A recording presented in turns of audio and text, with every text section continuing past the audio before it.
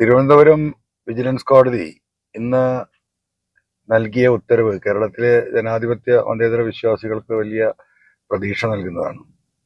അഴിമതിക്കാരനായ ഒരു പോലീസ് ഉദ്യോഗസ്ഥനെ രക്ഷപ്പെടുത്താൻ സംസ്ഥാന ഗവൺമെന്റ് നടത്തിയ വലിയ ഒരു ശ്രമത്തെ കോടതി ചോദ്യം ചെയ്തിരിക്കുകയാണ്.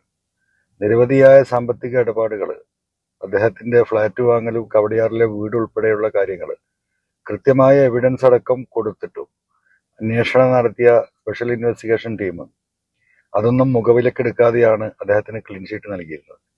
ഇതാണ് ബഹുമാനപ്പെട്ട നാഗരാജ് വക്കീല് വിജിലൻസ് കോടതിയിൽ ചോദ്യം ചെയ്യുകയും കോടതിക്ക് അത് ബോധ്യപ്പെടുകയും അതിന്റെ അടിസ്ഥാനത്തിൽ തന്നെ കേസെടുക്കാനും എഫ്ഐആർ ഇടാനും തീരുമാനിച്ചിരിക്കുന്നു. ഇനി നാഗരാജ് വക്കീലിന്റെ മൊഴിയെടുക്കണം, ഡീറ്റെയിൽസുകൾ കൊടുക്കണം. തീർച്ചയായിട്ടും കോടതിയുടെ മേൽനോട്ടത്തിൽ സത്യസന്ധമായ ഒരു അന്വേഷണം നടത്തിയാൽ അജിത് കുമാർ കഴിഞ്ഞ കാലങ്ങളിൽ നടത്തിയ എല്ലാ സാമ്പത്തിക തട്ടിപ്പുകളും വെട്ടിപ്പുകളും പുറത്തു വരുന്നതായിരിക്കും.